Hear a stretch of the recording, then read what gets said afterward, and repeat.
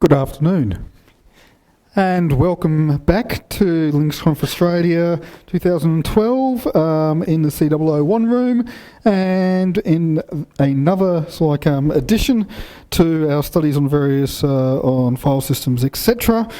We have Kate Stewart. Very honoured to have Kate Stewart here. Kate Stewart is Ubuntu's release manager. Prior to working or joining Canonical to work with Ubuntu, she managed teams doing open source development for the power architecture at Freescale Semiconductor, where she was there for the previous 10 years. She has also worked with developers in Freescale to help them able to provide code distributions to the community for Linux, the GNU compiler, and the U-Boot projects, which was a lot of fun. Kate is talking on data mining packages to assess update risks, and I'm sure that you'll be able to give Kate a very warm welcome to Linux.conf Australia 2012. Kate Stewart. Thank you. My first question is, how many people here are running Ubuntu? Awesome. How many people here are running Precise? Okay, this is on Precise. So we haven't hit Alpha 2 yet, but it's still looking pretty solid, so I figured it was worth the shot of doing the presentation that way. Anyhow, to give you a bit of a background, I came into this role about a year ago. Oops, we had some feedback, okay. And prior to that, I've been working on a distribution that had about 500 packages. And we changed the kernels, the compilers, the bootloaders. That's what we'll be changing on a regular basis. But there's only about 500 packages. You might change one or two each cycle. And then all of a sudden, I hit Ubuntu. And right now in Precise, there's 7,130 packages in the images that are actively part of the images. And the entire archive has 19,273 packages. And these are all changing pretty much daily with the imports. Or they were changing pretty much daily up until last week when we stopped the auto import freeze. Well, we had the Debian auto import. We froze that now. But there's a tremendous rate of change, which was quite a different dimension. And I started looking like, okay, when's it safe, when's it not? Okay. And it all sort of worked, but it's trying to get a feel for what was happening and why things were changing. So this talk is about some of the things I've been finding out. And it isn't a solution. It is, here's the problem space, and I'm sort of had good experience with coming to LCA in the past. I'm sort of hoping that other people might have some ideas of things I've not looked at yet. But let me set the context of where we are, and then we can go from there. So packages in Ubuntu are coming from many, many sources. A large number of open source projects are feeding into Debian, and then as well as commercials contributions. And then Debian's basically Ubuntu's pulling in from the Debian ecosystem. And it's auto-pulling in for a good part of the release. And then after that, it is on a selective, point by point. I'll go through the life cycle of how the project works in a few minutes. And then from the archive, we're basically putting out multiple images as part of the Ubuntu project that people have different flavors and various aspects of the community. So Ubuntu is one part of it, but then there's all the Ubuntu, Kubuntu, and various flavors along that line, which have the different interfaces and different package choices determined by their communities. And then also Linux Mint tends to derive from our package archives as well. And you have a large set of feedback loops, obviously, going on in these places. As a result, tremendous number of variables coming into play, and getting them all stabilized is kind of fun. So, why do I care about the package impact and what's happening? Well, obviously I'm in release management. Therefore, I kind of want to make sure we can put a release out. Ubuntu is a time-based release, and it's mostly a function of managing the change and taking a large amount of change and narrowing it down to actually being stable. So it's something that can be on the desktop or on someone's server, and it'll work. Some of these things are, once we hit a freeze, can we take a feature exception, a feature freeze exception? Someone really wants this feature in. Okay, well, what's the impact? What could it break? As well as, okay, what's the risk and reward? So you're basically doing that sort of risk reward.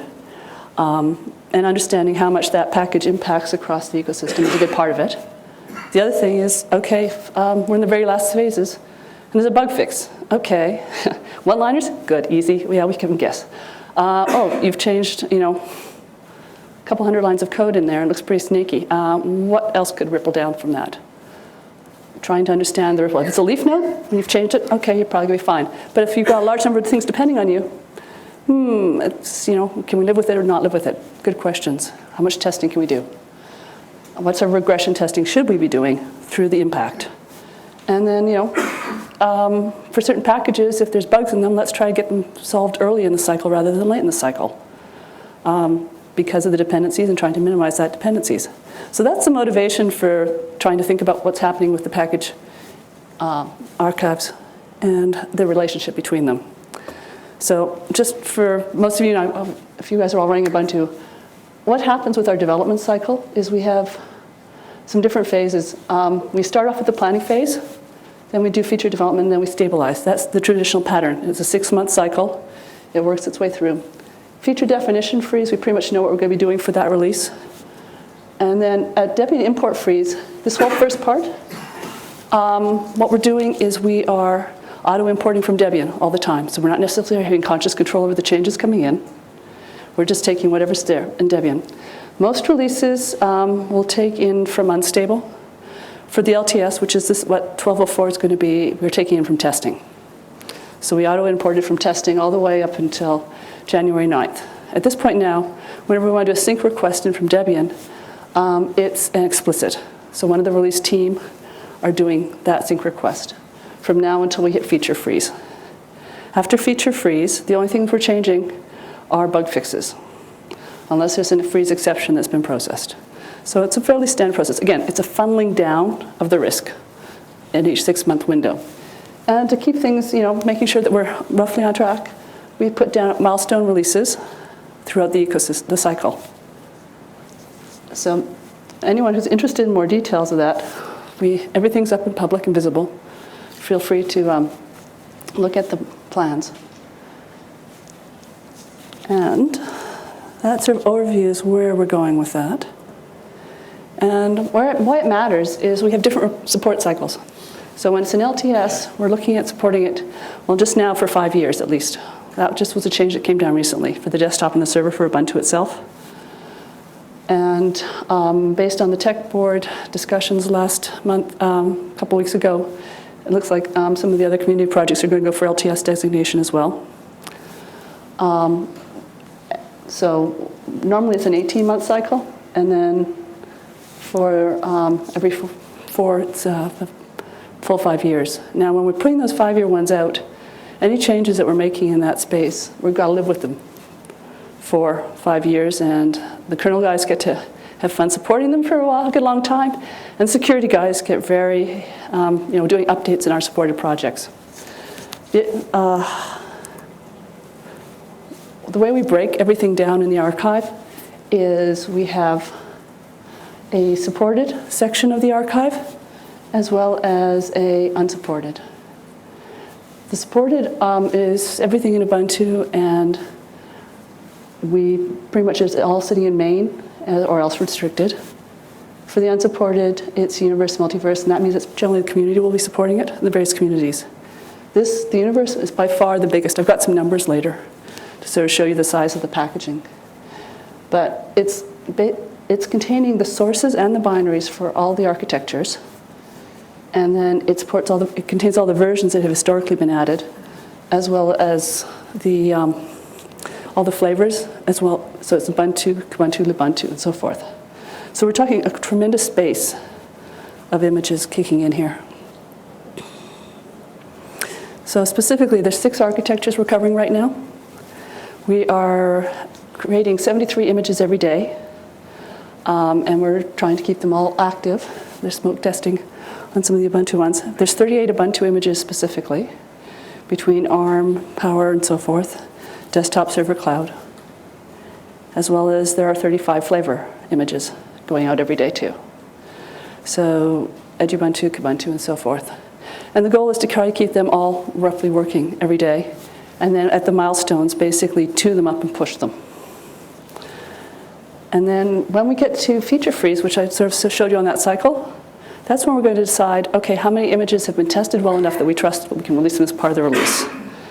So my standard plea is, if you are really caring about an architecture and you really want to make sure that the image is out there, please sign up and test it. Because otherwise we won't put it out for some of these things. And so to give you a feel for how many packages are happening, there's actually a bit of variation on each of the number of packages depending on the architecture here. We've got, and so I put the high water mark up down, just so you can sort of see how many packages are going into each image and what the context is going to look like. And in total, there was 7,130 unique packages right now as of a couple days ago. I just basically updated all the numbers based on what we were doing. The numbers change daily, but this is sort of about the ballpark to get a feel for where we actually are across the images. And looking at that, you can sort of see, things like core are very small, and there's relationships between them. And so what I just did is a little Venn diagramming to try to sort of show what the Ubuntu part of it was like. There's similar types of Venn diagramming you can do for the Kubuntu, Ubuntu, to try to sort of see the relationships between them. And there's a bit of overlap and a bit of differences, but for the most part, there's core, there's the desktop, alternate, DVD, cloud and server images, and that sort of shows the relationship between them all. Like I say, inside core there's 102 packages. Alternate has 1454, desktop has 1429, so they're about the same size. Server has 1189, a little bit smaller, and then the cloud has 394. And then the DVD has 2325 right now. Most of that's like, on top of the desktop, that's sort of relying packs and putting a full image out that way. So that's the general sort of space of what it's looking like today. And then there's, I think there's like 4 packages different between the core and the server at this point in time that aren't in there. But one of the things I'd like to know, and if anyone has suggestions, does anyone know any good Venn diagramming tools? Because I wouldn't mind actually figuring out how to do this non-manually. But that's one of the other problems here. Anyhow, so that's sort of the scope of what the context we're working from. Now, in terms of what's available to start analyzing from, there's a lot of raw data sources out there. The first one is the project archive. There's a Launchpad projects themselves. They've got a lot of information in them. The daily image builds and the list of manifest files. The control file for each package. The output of Germinate. And then obviously the release team members, who have been absolutely awesome in terms of their knowledge base and their willingness to share. So there's been a lot of rich information there. And the question is, there's lots of facts, but how do you make it into knowledge? And so that's some of the things we're going down right now. So to give you a feel for the archive contains all active supported projects right now.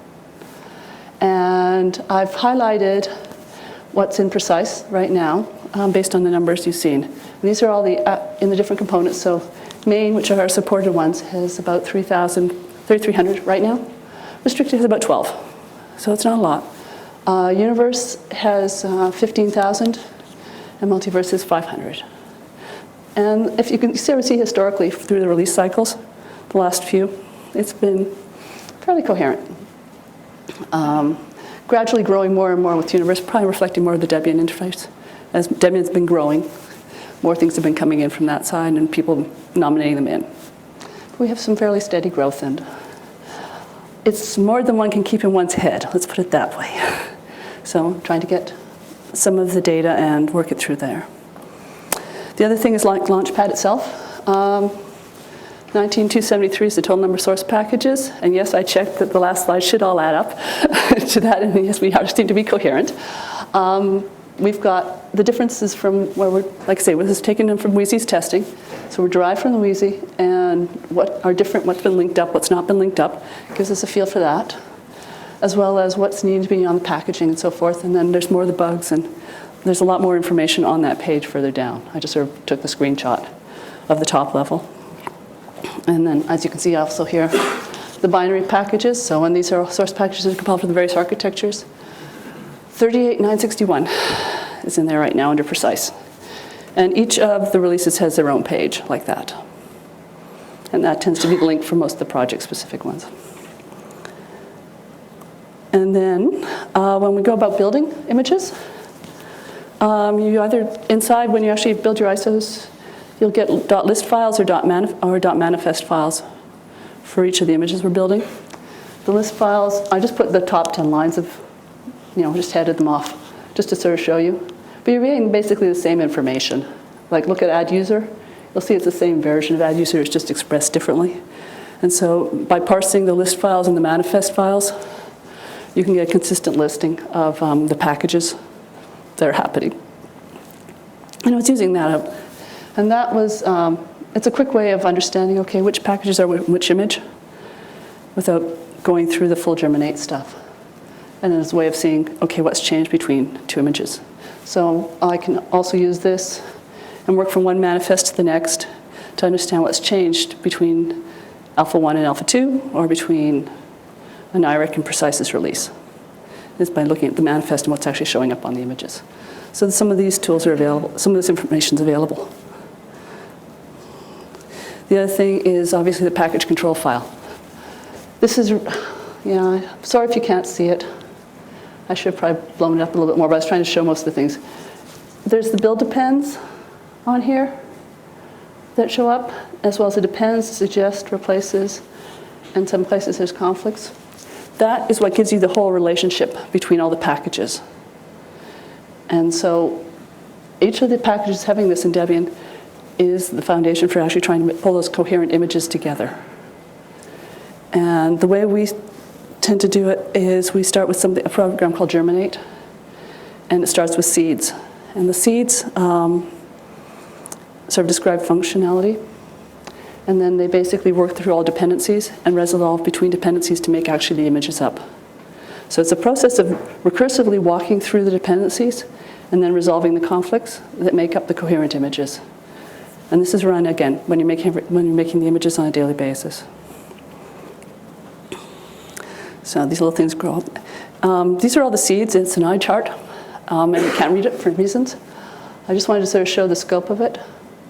There's 56 seeds right now. And zooming in a little bit so it's readable, you can sort of see the relationship between some of these seeds and these functionality that's bringing in. And then all the packages are linked into into these seeds. So again, you've got the information flowing through dependencies, and you can have it graphically. The challenge is going to be, how can you understand coherently when something changes what the ripple's going to be? Because from the last one, as being an eye chart and a problem to look at, you can imagine what that would look like with 7,000 nodes. Not exactly usable right there. The other thing that's very handy, once you learn about it, is Germinate has output files are reverse dependencies. And basically, as it's building everything together, it basically spits out one file for every package. Well, there's a directory for every package, and then potentially related files inside there, or one file. But you basically are listing the entire reverse dependencies of what's depending on it. So that tells you to state what the impact is going to be. If you change that, what do you have to sort of scan the scope of? So some of this stuff is right there out of Germinate today. And the text form. The challenge is understanding it in the context across all the 73 images. Because you've got your information per image, but then you also have the context of the 73 images. So you've got this data overlay problem that to be solved. And there are some tools right now that can help. So we've got our Madison, App Cache, RDepends, and diff manifest. Now, one of the things that confused me a lot early was app RDepends is not reverse dependencies, it's recursive depends. So we've got a naming collision overload space just in the proper place to confuse everyone. However, when you're starting to look at these, so some of these tools, I'll just sort of go through some of them a little bit. When you do an R-Madison, what you're doing is for the package, you're picking out all the versions out of the archive that are active right now. So what you're doing here is, like for Ubiquity, it's listing all the versions, and it's listing the releases, and it's listing what's active today, and then it's saying what architectures it's available. If it's not all, it's being explicit about which architectures it's valid on. And so if there's a package that's changing, and you want to sort of see, okay, what the scope of it is, or which versions against which which archive, which sort of flavor, like, these are series, like, basically it gives you a quick snapshot. And what it does is it goes off, and you have to connect to the web for this to work, and it goes and queries the where this information is out there, and processes this and puts it up. And so if you looked at like the add user, you'll see that it's available on all of them. It hasn't done too much. So that gives you a quick way of sort of snapshotting and seeing, okay, what is, how much of historical data is potentially on a package, and how much is potentially the package change if the versioning is changing too. Then there's app cache, my friend, and looking at the depends as well as the reverse depends. And so here the reverse depends, R depends, is in the same context as Germinate's R depends. And it basically is giving you a feeling for what is going to rely on it being, this code being in place, and the linkages being working. So those are the two, and then the show package will give you further information. So I highly encourage anyone interested in this space to do a man on app cache and play around with the options. There's some kind of cool stuff in there. The other thing is app.r depends. There's two screens of this, and it keeps on going.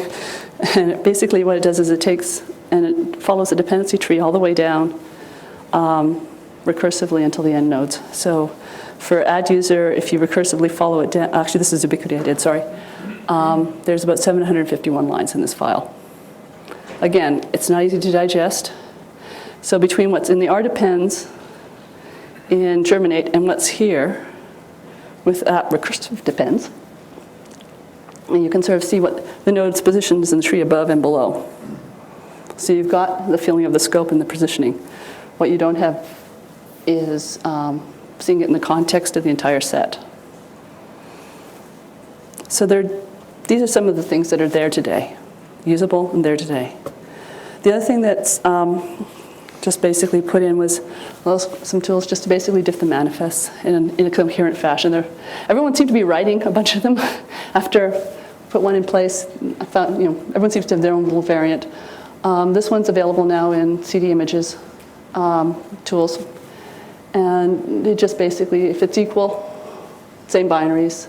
Question mark is, same package, different binaries. If it's in one image, or else if it's in the other image, it just indicates it that way in a fairly straightforward fashion. And then you can, by not counting and just listing them, you can sort of see which actually ones are different in each of those cases. So that's a quick way, for doing the comparisons between what's happening between one image set and another image set. So that's the context of what's there, and this is where I don't have a solution. I'm looking for ways of visualizing the impact of changing a package in the context of all seeded packages. So we're hitting main and universe, and we're hitting all of those 73 images. I'd like to be able to understand, okay, I'm touching this package, what's the scope of ripple? And I'm looking for heuristics in that direction. The other thing that's a factor is this has to be able to be dynamically changing, since the archive is changing. It is changing pretty much every day, between bug fixes, package updates, and so forth. And main imports, moving things between main and universe, adding things into the universe, all of that isn't static and fixed. So it's got to be able to react to the system. And then we need to, as you see, consider the impact across the different release cycles when packages potentially are the same package across multiple cycles. So all in all, it's a rather interesting problem. I kind of like it. I don't have a good solutions yet for it, but there's bits of it. Luckily there's an awesome release team They're all experts in their field, and they've got a pretty good intuitive feel for what's happening. But you get this lib, and you don't recognize it, and you're going like, okay, what's happening here?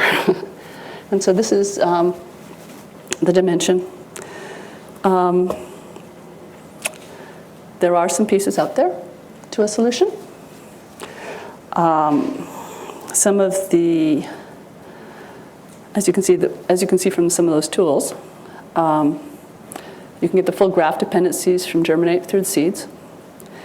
You can basically take those graphs and overlay them to get a weighing. Something like that can well be done. The question then becomes is how do you display them effectively? And also, I think, to a certain extent, we can create some tabular data based on the germinate R depends and the depends in order to use for prioritization. So that's probably a step we'll be going down. There's been various attempts at visual explorations that I found in the past. These are the ones I found, and then Mancusi, EDOS is aiming at some similar things and has some similar tools, and so that's working with the Debian folk on some of that might be an area to explore. So that is the pieces that I'm seeing, but I don't have a solution. So I guess, like I say, the question at this point is, thanks for anyone if anyone has ideas. I'd like to thank people who've been participating and explaining a lot of the things to me. Particularly Colin Watson, who's done Germinate, and Steve Langesek. And then Martin and Adam, who are also on the release team, as well as many other members of the release team. They've been very, very, very patient with me with my questions as I've been sort of trying to understand what's been going on. As well as had some people basically helping me understand how the interaction works between Debian and Ubuntu and all the packages coming in and out. And then the various flavor leads from the various teams. All of that is there. So with that, I guess it's a question of does anyone have questions and ideas? And I've probably gone way too fast as usual. No, I'm okay? Okay, good. So I guess it's at this point in time, it's sort of like, okay, does anyone have any good ideas for doing the visualization? Because that's where we have, or does anyone have any specific questions about some of the stuff I've been talking about?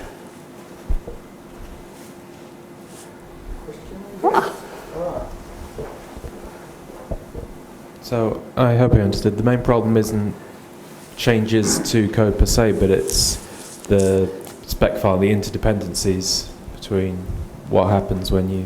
Yeah. Like I say, when it's one-line code change and you're looking at that change going in, you can sort of make a judgment call. Well, I've known some nasty one-liners that really had some bad effects, but for the most part, okay, cleaning up punctuations, cleaning up things like that, simple. You're not going to be too worried.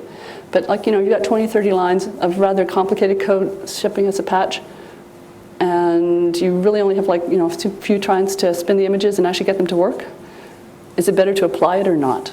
That's a question I'm having to deal with. As well as, okay, what should we be regression testing? If we change this, what else could be broken at the system level? And assuming you can't write unit tests to cover 19,000 Well, you can write unit packages. tests for the package, but you can't write unit tests for the interactions. Those are system tests. And the question then becomes is, how can you get that testing structure to get more solid? So what do you want your visualization tool to provide other than tiny ripples or enormous ripples? I'm open right now. What I want to see is the context of the change. And so it's getting a feel for the scope of the change. It changed GCC, okay? Potentially you can impact pretty much the entire archive in some senses, or glibc. You change a little utility that someone uses randomly, it's in the universe, and okay, fine. That's pretty safe to put in because you're not going to, if it's got wrong, you're not going to affect too many people. And it's just basically getting assessment for that middle ground between those two extremes. Okay, this change is in, and can we start coming up with some metrics and make it a little bit more structured? Okay. Hey, Trent. Trent, back there.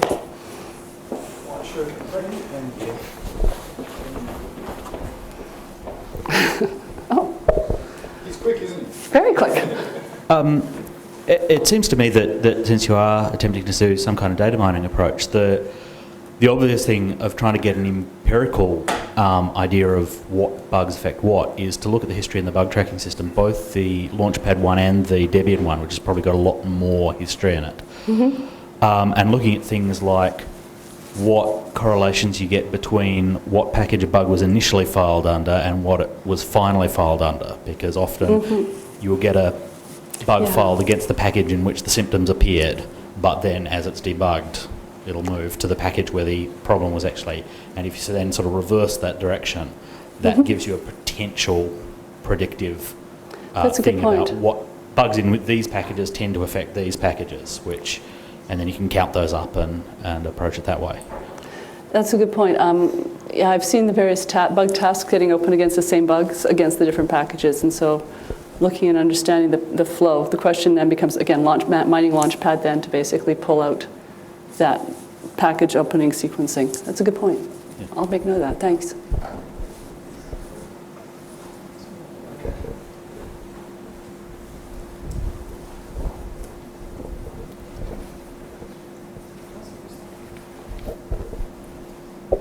I was actually going to suggest something very similar to what David suggested about mining the bug tracking system, but I thought a little bit more broadly, mining other distros by bug tracking systems, not just Debian, but the Red Hat and the Mandrake and the whole lot, because it's quite likely that one of the other distros has already upgraded to the newer version. If you'll need some pretty good heuristics to match up version numbers, because the versioning schemes are a little bit different between distros. Yeah. But I imagine a few regular expressions might be able to do a reasonable job of matching it. And if you can match up those and look at whether upgrading that package has historically caused breakage across a large number of packages, or even better, if it can actually pull out whether upgrading to this particular version has led to a lot of breakage. And the other thing is do data mining via Google searches, searching for that particular version number with the names of all of the packages that come out of the dependency process, and see if you get a lot of hits on that for people basically who are on the bleeding edge, have been upgrading manually. It depends very much whether you want this to be a completely automated report generation or whether you want it to be input to a human decision. I would like it to be input to a human decision. So if it's input to a human decision, then mining out on Google searches and then bringing up the most likely hits may well give you something quite useful, which the human could then discard or use. And the same with the data mining, the bug tracking system. But if you're trying to do a completely automated report, you'll get too many false positives, I imagine. Cool. Okay, I'll go give me something to go play with in the next couple talks. Thanks. I didn't think about that. Excellent.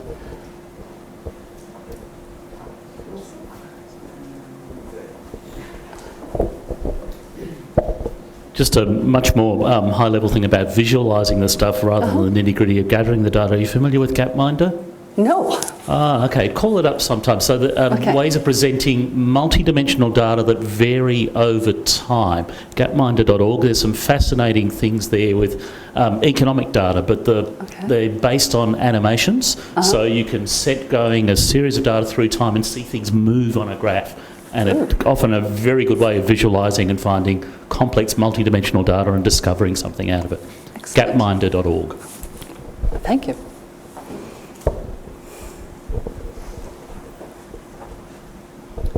Hey, just talking directly on the dependency level, it sounds like if you want to say how important is this particular package based on its dependencies, that sounds like the same problem as how important is this web page based on the links coming in, which of course leads you to a PageRank algorithm. So how important are all the links coming in, and how important are the packages which have linked to us based on their links coming in? Along the lines of that?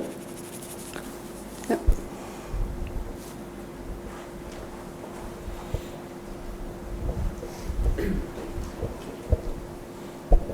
Hi, I'm part of the Mancusi project that you cited in your slides. Yes. Okay, good. I want to chat with you more. In the last 3 years, we did a lot of research in this area just to simplify the dependency graph, and we came out with two interesting notions that you might already know, the strong dependencies and denominators. And this is a way basically to simplify the graph and to remove all the noise that is in the dependency graph and find out exactly what you're looking for. If I modify this package, which are all the other packages that are going to be impacted by these modifications. And we have tools and analysis up on our websites that work pretty well. And on the other side, on the future, we also look at how if this package moves from version 1 to version 2, according to all the dependency constraint in our repository, which other packages are going to be impacted by this migration. And this is another tool that it's up on our website, and it might interest you, that exactly respond to these kind of questions. If I do an upgrade of a cluster of packages, for example GNOME, which are all the other packages that are going to be broken by this upgrade.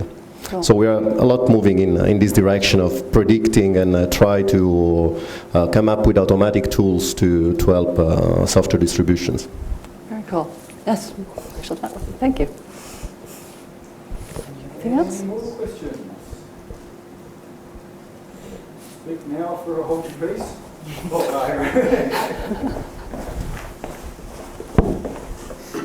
This is probably just more of a comment. When you're analysing the dependency graphs, you're kind of developing a scope of what the change is going to affect. But if you wanted to determine impact, use something like Debian's PopCon database to see how many users. I mean, obviously something like libc is going to affect everyone. Yeah. So, but other kind of less common packages and so on. Okay, PopCon. Okay. I will go and start learning that part of it too. Cool. Thank you. Thank you. I think that's it. Thank you very much, Kate Stewart, and we have got a little something for you. Just stay right there. Sorry. Shouldn't turn my back. We present to you from Ballarat a gold-plated penguin. Thank you very much. Thank you very much. Wonderful talk. We have finished a little early, so we have a slightly longer break.